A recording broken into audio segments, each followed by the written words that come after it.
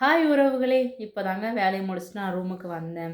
இன்னைக்கு குழந்தையோட ரிலேஷன் வீட்டுக்கு போயிருந்தேன். ஸோ அங்க வந்து அத்திப்பழம் நெறைய கொட்டுன்னு கொட்டியிருக்கு. ஸோ அதுலேருந்து ஒரு 10 பழம் மரத்துலேருந்தே பறிச்சுட்டு வந்தேன். பறிச்சுட்டு வந்து கூட இருக்கிறவங்களுக்குலாம் குடுத்துட்டு, நான் ஒரு 3 பழம் எடுத்துட்டு வந்திருக்கேன். நல்லா கழுவிட்டேன். அது உள்ள ஆனா இது அத்திப்பழமா தானே இருக்கு. ஸோ நல்லா தான் இருக்கு. நல்லா ஃப்ரெஷ்ஷாவும் இருக்கு.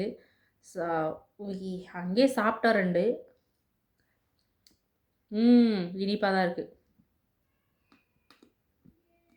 தெரியுதுங்களா? விதை எப்படி இருக்குட்டு? செம்மையா இருக்குங்க. ஆனா உள்ள புழு மாரி தெரியுது.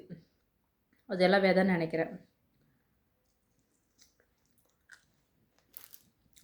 ஸோ இந்த மாதிரி ஃப்ரெஷ்ஷா மரத்துலருந்து பழம் பறிச்சு சாப்பிட்றது வந்து இந்த காலத்துல ரொம்ப ஈஸி. நம்ம மாடி தோட்டம், நம்ம வீட்ல இருக்கிற இடம், அங்க அதெல்லாம் வச்சு சாப்பிட்லாம். ஸோ இங்க ஃபாரினுக்கு வந்து நான் ஃப்ரெஷ்ஷா அத்திப்பழம் சாப்பிட்றதுக்கு கண்டிப்பா நான் குடுத்து வச்சிரணும்னு நெனைக்கிறேன்.